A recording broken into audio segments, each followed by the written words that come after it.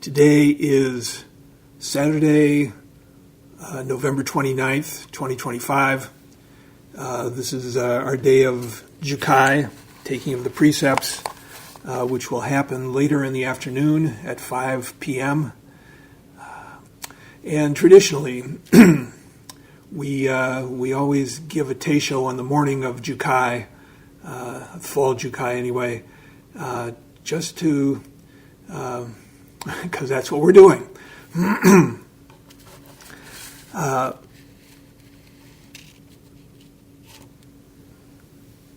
a lot of different angles you can take to talk about the precepts. They're basically the moral foundation of Buddhist practice. Traditionally, there are three foundations to practice. I think perhaps Roshi Kapleau's book, The Three Pillars of Zen, those three pillars are maybe tangentially or in some way another expression of the three traditional foundations of Buddhist practice. So Roshi's formulation was teaching, practice, and enlightenment. And teaching really corresponds to Shila, to the teaching of morality, the underpinning of our lives.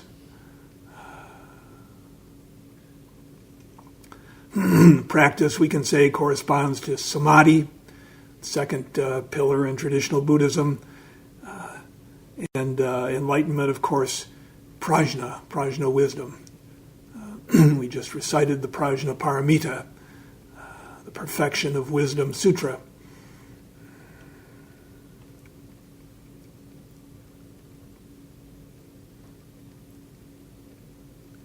So Shila is our morality, or the way of right living.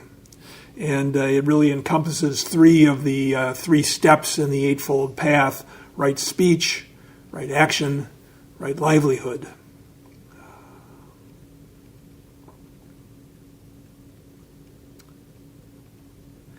In practice, or samadhi,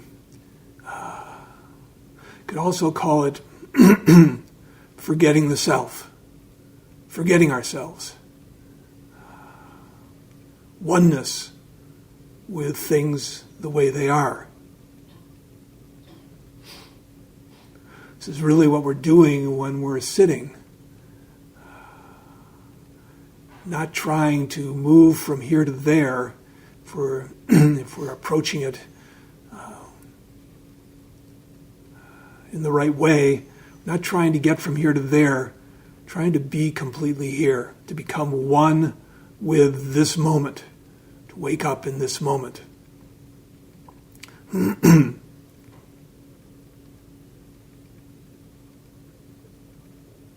also call it calming the mind.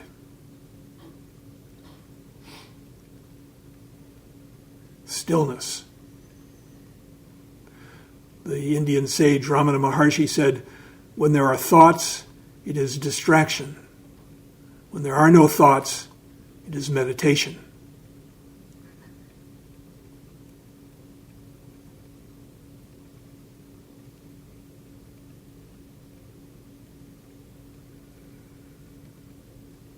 Thoughts come in so many forms. Some of them are hard to even notice. There's thoughts, there's attitudes, there's views. Just our feeling that we need to get somewhere sort of colors everything, doesn't it? Colors our meditation, it covers our life, our action.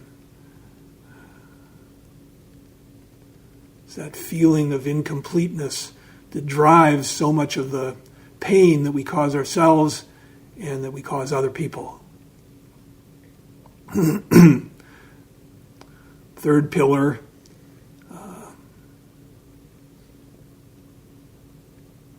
is enlightenment, or wisdom, prajna. This is awakening to the truth that there is no separate self. In the verses on the faith mind, we recite, just calmly see that all is one, and by themselves false views will go.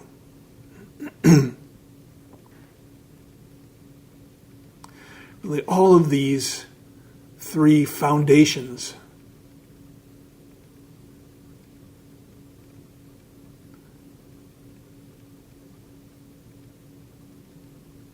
point to diminishing the role of this small self in our life.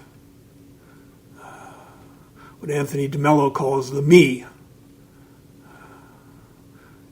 At heart, in our deepest nature, we're all Buddhas. Have this amazing mind. Takes everything in which the world arises. It's our own mind. But all of us carry this, this seed of separation.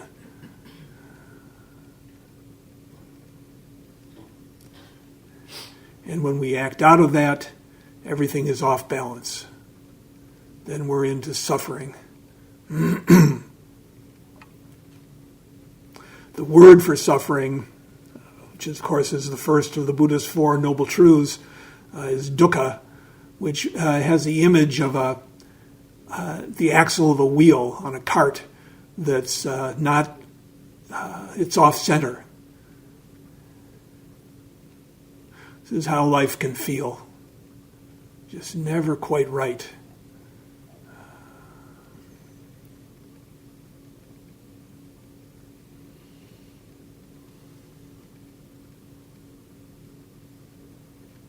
Today we're talking about the first foundation, the teaching of morality, the way of right living.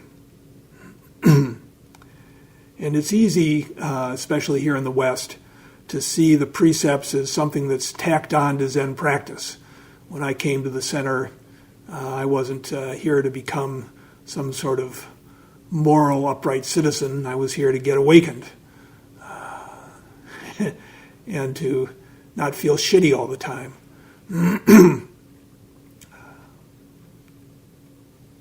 But the precepts are really a description of the awakened life. All 16 precepts are descriptions of how we would behave if we were fully enlightened. This is the way of a Buddha. And we could say that the precepts are also a recipe for the awakened life.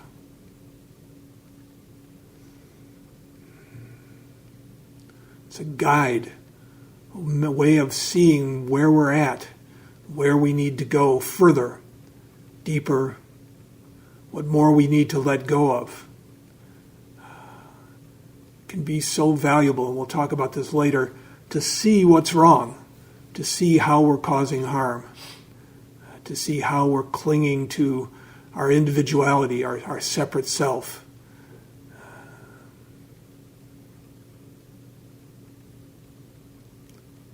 Nothing wrong with our individuality.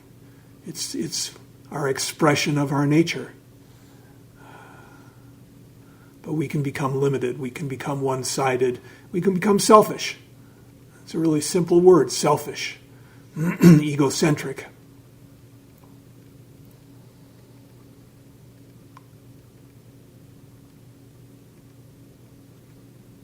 There's an interaction between these three foundations, between morality, samadhi or concentration, and awakening.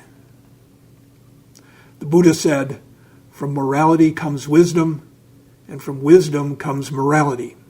Like washing one hand with the other, so is morality washed round with wisdom, and wisdom with morality.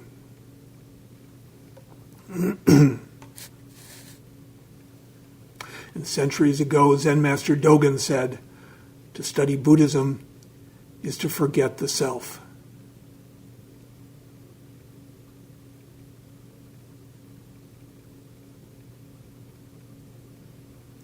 One of the fruits of practice, you don't have to have had some sanctioned awakening experience to see this.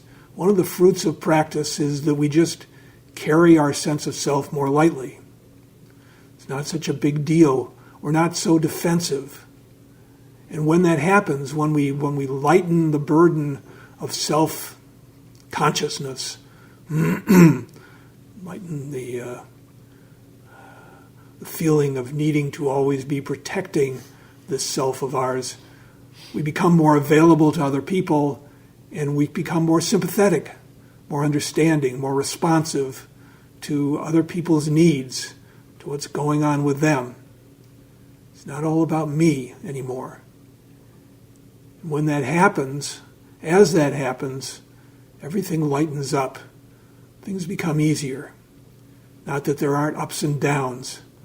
Not that we can't have our own private patch of misery rise up and throw us around.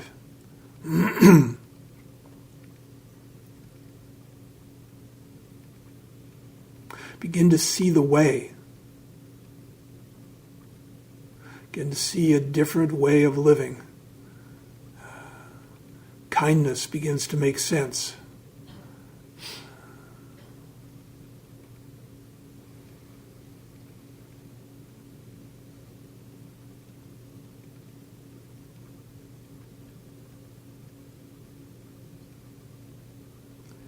There was a Buddhist monk, lived in the late 7th century, early 8th century in northern India.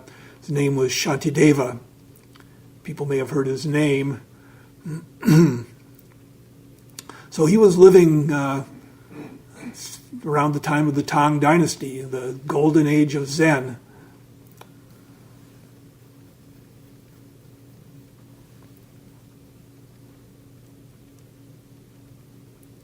And he talked a lot about this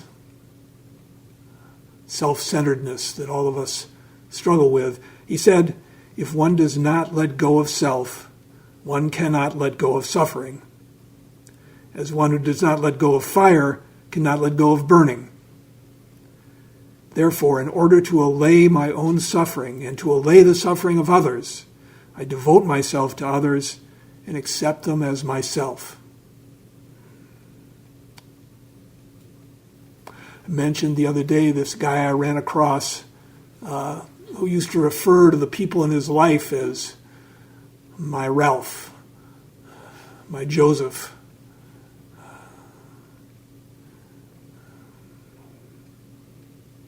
Everybody in our lives is ours. It's our, they live in our mind. They're really an aspect of us.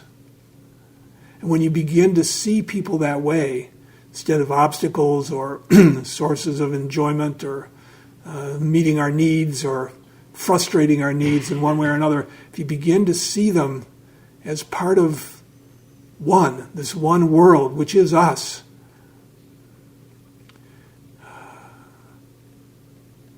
then the precepts become much easier, make more sense. And life becomes more joyful. When we grow up, we're so little and so defenseless. And no matter how vigilant our parents may be, they can never really protect us fully. We're going to run up again and again against disappointment and pain. You're little and we're powerless. It's natural that we develop this felt need to protect the self.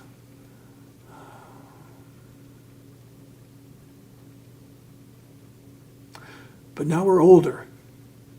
We have a Buddhist practice. We have Zen practice. Have the ability to see more deeply and make ourselves vulnerable.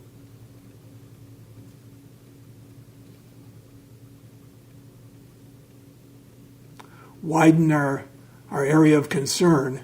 It's not just about me. Shantideva wrote, all those who are happy in the world are so because they desire happiness for others. All those unhappy in the world are so because they desire only their own happiness. Therefore, if one does not switch the outlook of self-centeredness to other-centeredness, let alone the attainment of enlightenment, even in this life, there can be no joy. As long as space endures, as long as sentient beings remain, until then, may I too remain and dispel the miseries of the world. This is the Bodhisattva spirit.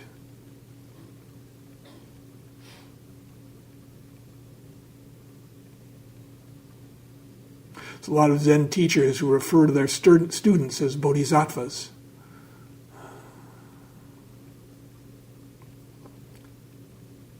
Each of us is. Each of us is a Buddha. Each of us is a bodhisattva.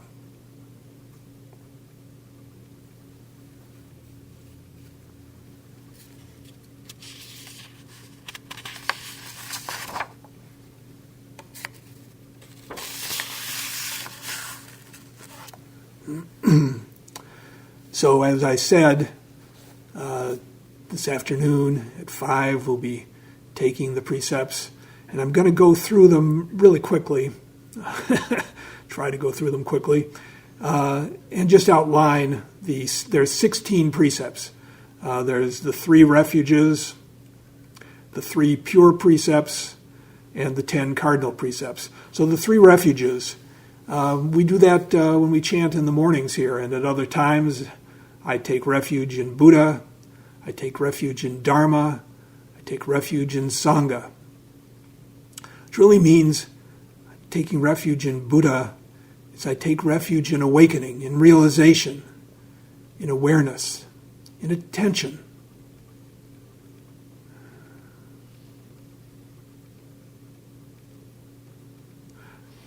I take refuge in Dharma. Well, it's literally the Buddhist teaching. But Dharma means the truth, the way things are, the world as it is. Take refuge in the way things are. And then I refuge in Sangha. Originally in traditional Buddhism, the Sangha was the community of monks and nuns. But of course that has been expanded. Sangha is all sentient beings. Everyone else who's practicing Zen, practicing other traditions, people who are just living their lives.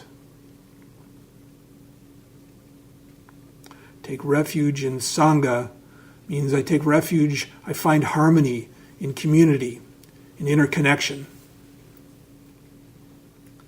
I open myself up to loving my fellow man, finding the joy, becoming one with others.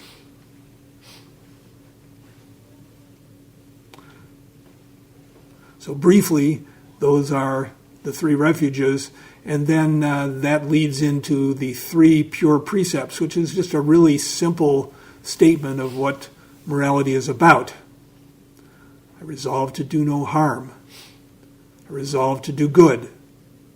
I resolve to liberate all living beings.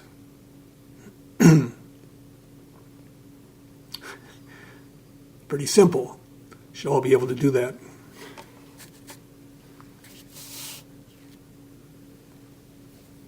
There's that story of a Zen master who was known as for sitting up in a tree. It's a thing some people did. I think Basui, the Japanese master, may have done this as well. Sat up on a tree because you're not going to fall asleep. If you do, you'll get woken up. So a Chinese government official, I can't remember who it was, but anyway, came to him because he'd heard about him, and he wanted some words of wisdom. Always opening yourself up when you ask a Zen master for words of wisdom. And the master said, to do no harm, to do good, to liberate all beings. And the government official sort of drew himself up and said, well, I mean, a little child knows that. And the master said, yes, a little child knows it, but even an 80-year-old man cannot do it.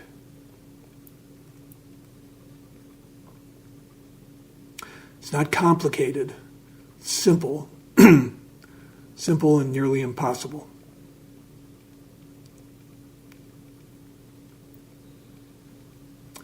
So that takes us to the 10 cardinal precepts, and I'm going to go through those.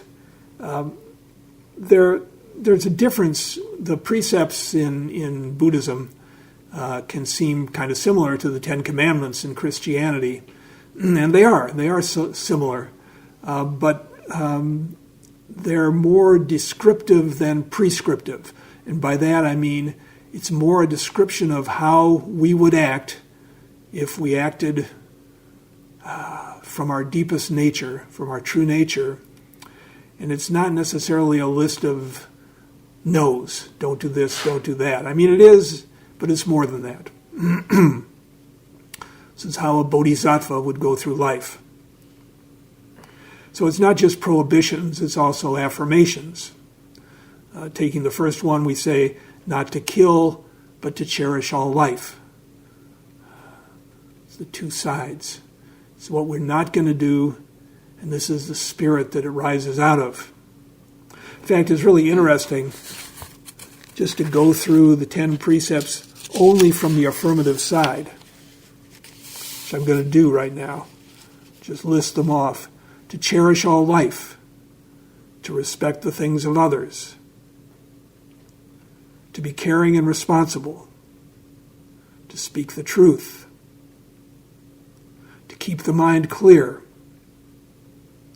to be understanding and sympathetic, to overcome my own shortcomings, to give spiritual and material aid freely where needed, to practice forbearance, and to cherish and uphold the three treasures.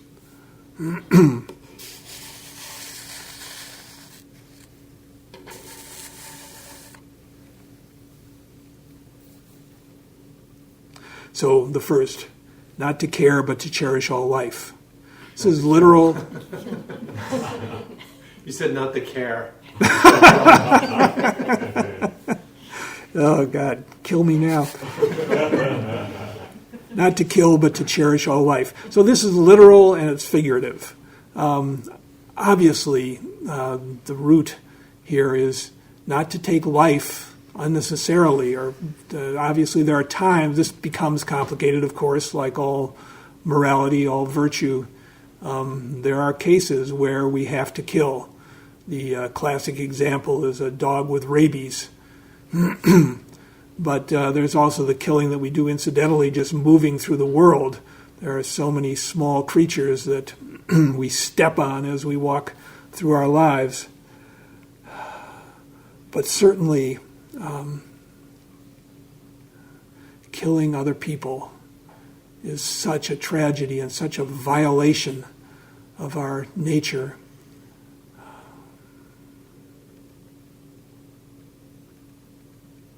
It's alarming how readily human beings can turn to war,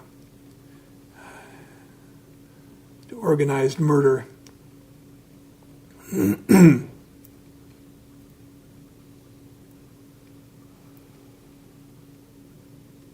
then, of course, animals.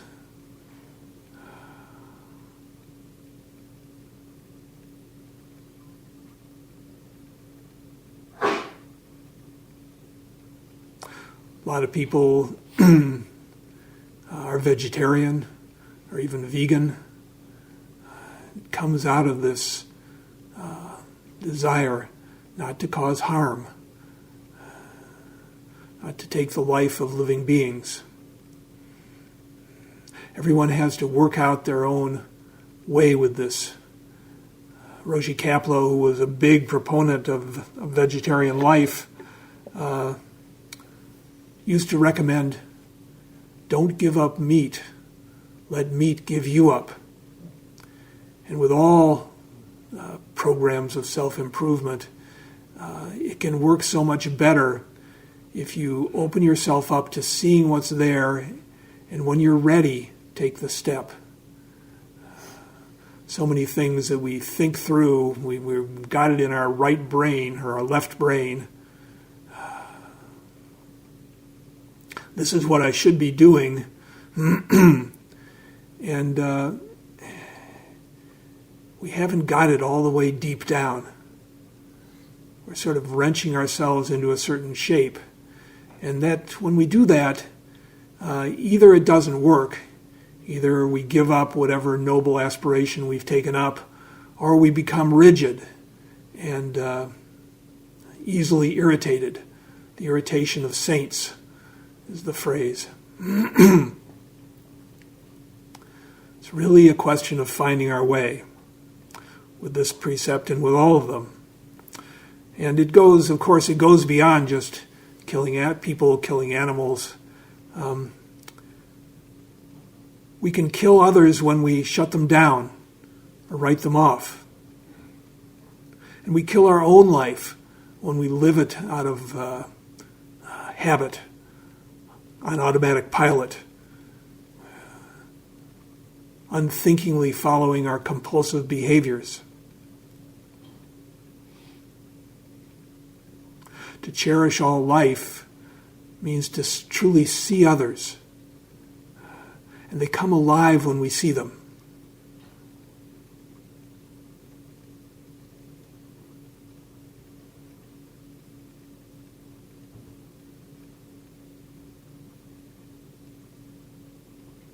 Second precept is not to take what is not given, but to respect the things of others.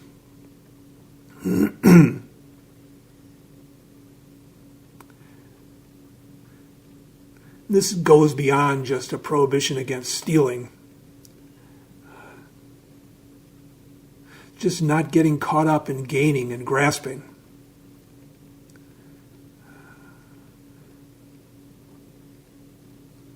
Resting in this moment, which is the one thing that is given.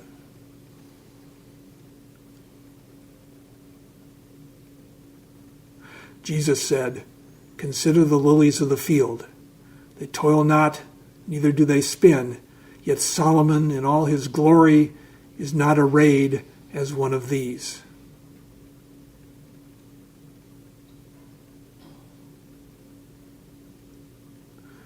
It's really seeing that we already have everything. In practical terms, living in community, not taking more than our share, taking care of communal things.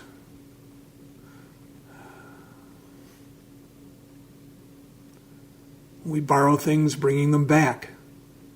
Just being responsible.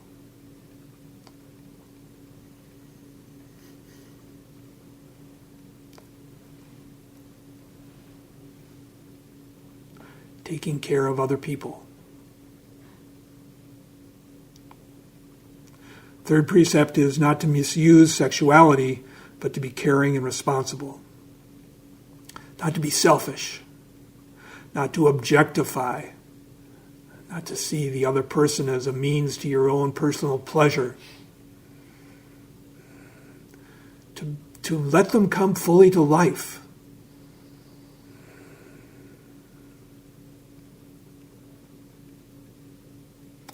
Not to manipulate.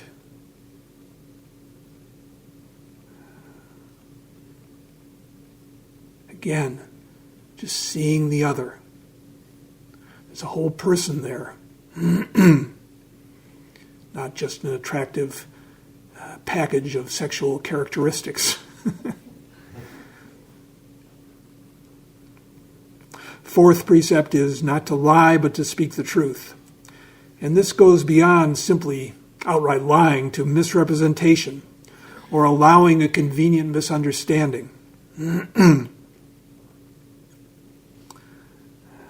All the ways we have of avoiding owning up to our own mistakes. I've often noticed when I'm late for something, often coming here late, especially back when I was head of Zendo and had to answer to Roshi, how all sorts of plausible excuses would pop up in my mind. It's just sort of automatic. You're running 10 minutes late and you run into a long stoplight and you say, well, I ran into a stoplight. it's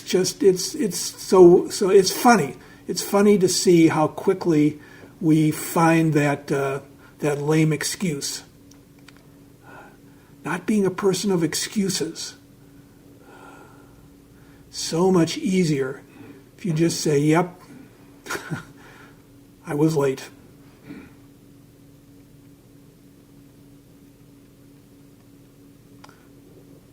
I was wrong.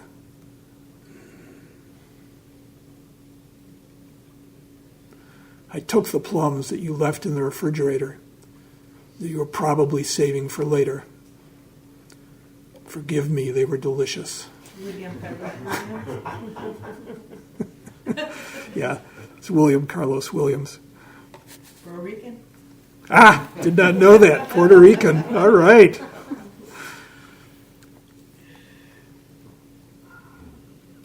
The fifth precept is not to cause others to abuse alcohol or drugs, nor to do so myself, but to keep the mind clear.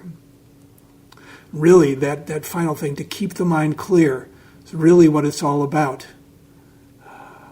So much harm comes when we numb ourselves with substances, with alcohol, of course, with drugs, and in other ways. You know, your body is pumping out drugs all the time. We're all sort of in the grips of dopamine, endogenous morphines. And a lot of times our behavior is manipulated by that. We want to feel good. Alcohol and drugs are such a quick way to lessen the quality of your life and to spread harm to others, to yourself and to others. Of course, my own story, I struggled with alcoholism. Well, I didn't really struggle with it. I kind of gave into it. I guess I struggled. I would try to control my drinking, but it caused a lot of pain. And my practice kind of disappeared to a large extent during the height of my drinking.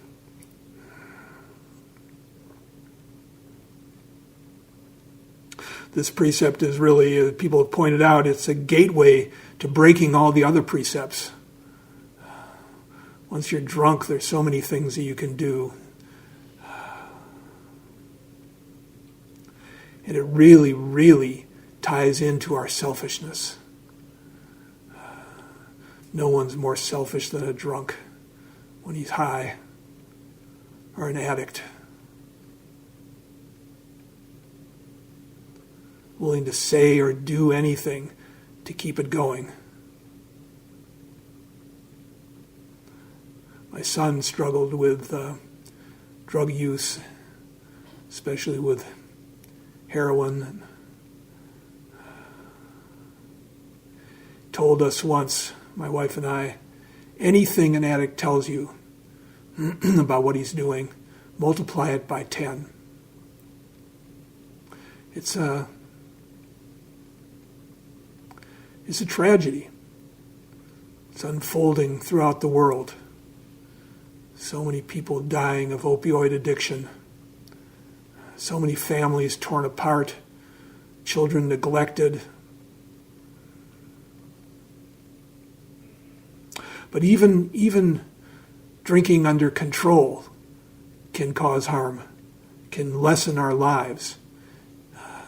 If you're drinking under control, it's a sign that maybe you shouldn't be drinking if you have to control it. Carl Jung famously said, "An honest drink would no man deny." And that's right, that's true. There are a lot of people that can have a beer with friends and it's not a problem. You have to look at it. There's a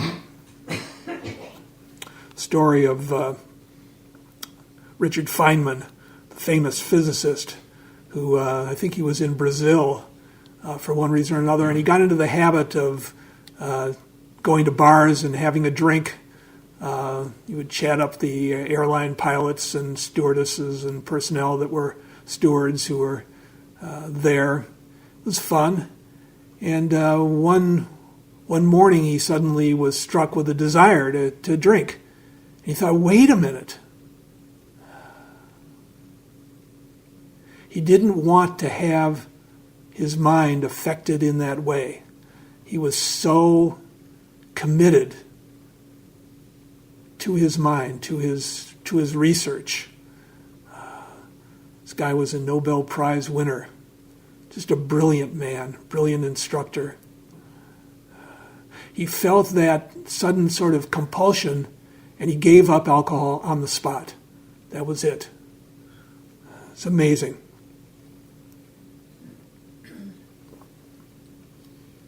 So many places where I read stories about some of the great physicists, and I think, if only I could practice Zen the way these guys practiced physics.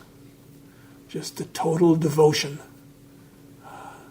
turning the mind to the problem at hand.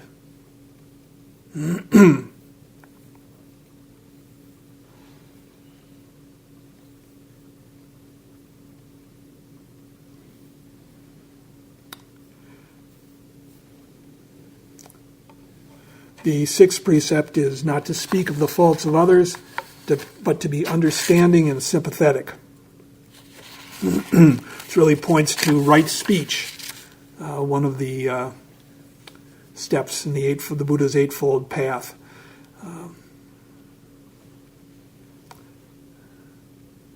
When we speak of the faults of others, we should be asking ourselves, is this helpful?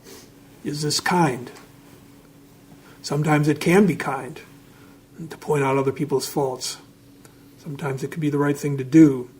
But if we're justifying ourselves, if we're trying to make ourselves look better than others, not so good. Zen Master Muman said, if you argue right and wrong, you are a person of right and wrong. That is, a person who dwells in criticism. It's one thing to see clearly, it's another thing to sit in judgment. Especially, I had so much of this early in my practice, looking around, comparing myself to others, and criticizing others and criticizing myself.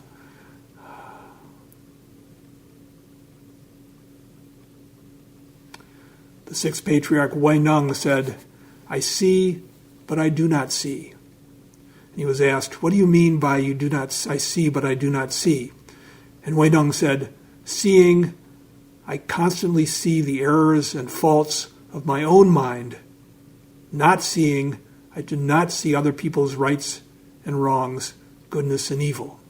He also said, when others are wrong, I too am wrong. When I am wrong, I alone am wrong. We're responsible for ourselves, not for others. Everything that people do is a result of causes and conditions. This is basic Buddhist teaching.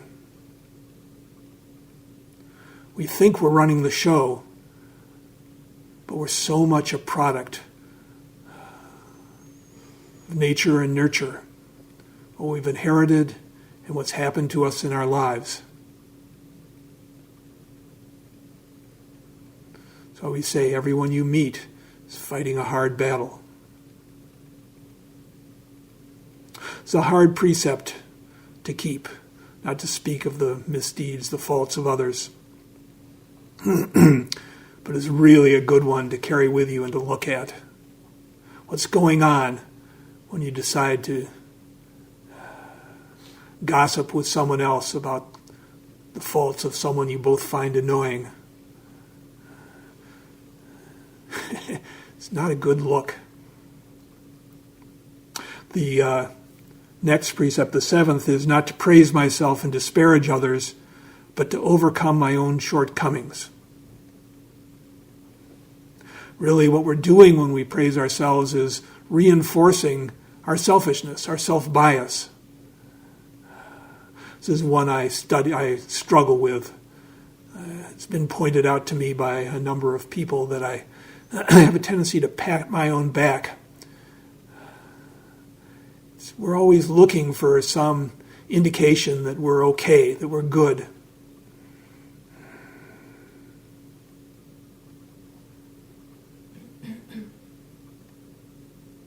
It's nice to praise others. So much more good comes out of that. It's nice to just see others, to enjoy others. It's where the joy in life is. What this is all about. It's losing this small self. Letting it take a back seat. Gradually.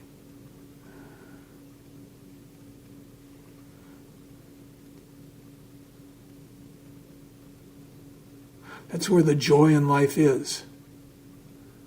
Don't have to be lecturing ourselves. Don't have to be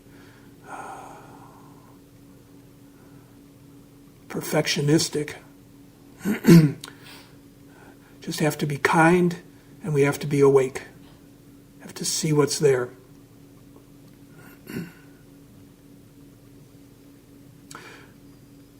The 8th precept is not to withhold spiritual or material aid, but to give them freely where needed. This is a tall order. And not to do this because we should. In the Bible, in Matthew, it says, "Let not the left hand know what the right hand is doing." We find ourselves helping other people without any kind of moralistic undertones. It's just nice to do. It's not because we're special people. We just have good taste. We found the joy in doing this. It's easy to do when we do. The 9th precept, not to indulge in anger, but to practice forbearance.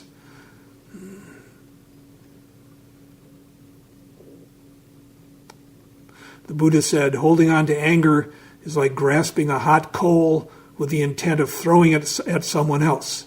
You're the one who gets burned. The whole cascade of stress hormones that runs through your body isn't damaging the object of your anger. You're just hurting yourself.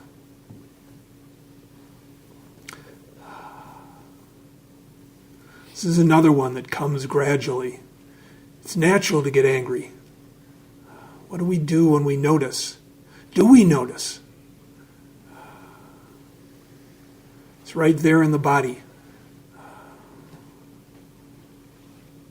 It's really kind of nice to say, oh, wow, I'm angry.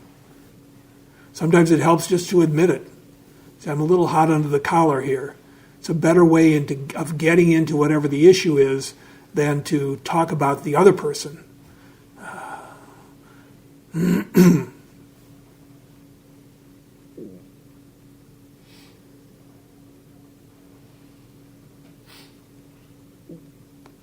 The Dalai Lama said something really interesting. He was asked about his apparent lack of anger toward the Chinese. This was at the time that he won the Nobel Peace Prize, speaking with a reporter. And he said to him something to the effect, as recounted by John Kabat-Zinn, says, "They have taken everything from us. Should I let them take my mind as well?" Actually, I saw this on a sign outside somebody's house on Goodman Street when I was taking a walk around the block. This is really a wonderful thing. In AA, they used to say, don't let other people live rent-free in your mind.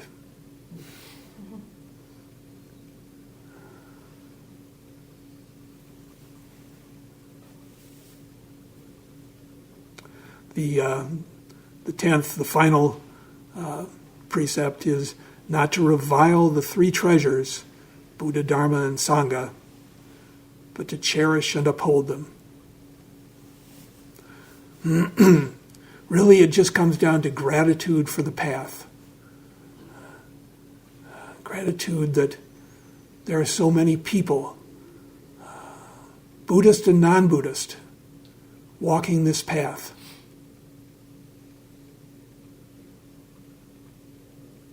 In AA, they say walking the road to happy destiny.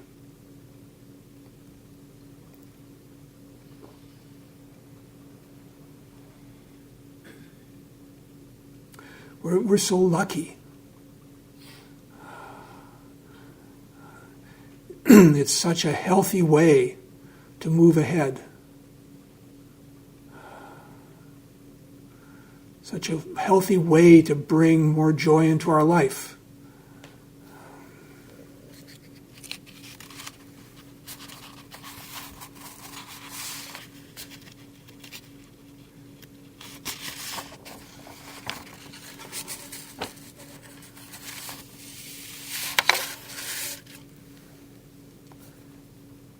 When we start paying attention to the precepts, we see so many of our shortcomings. They come into sharp relief. But that's not a problem. That's great. It's good to see. There's a story that Martine Batchelor tells. She was a practitioner of Korean Zen, has written some books, some good books.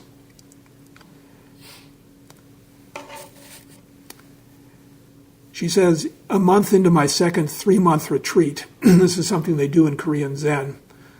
We do 7-day sessions, a number of them during the course of a year. There they pack it all into one 3-month retreat. I think they just do one a year. Probably some people do more. She said, a month into it, I was sitting on my cushion asking, what is this?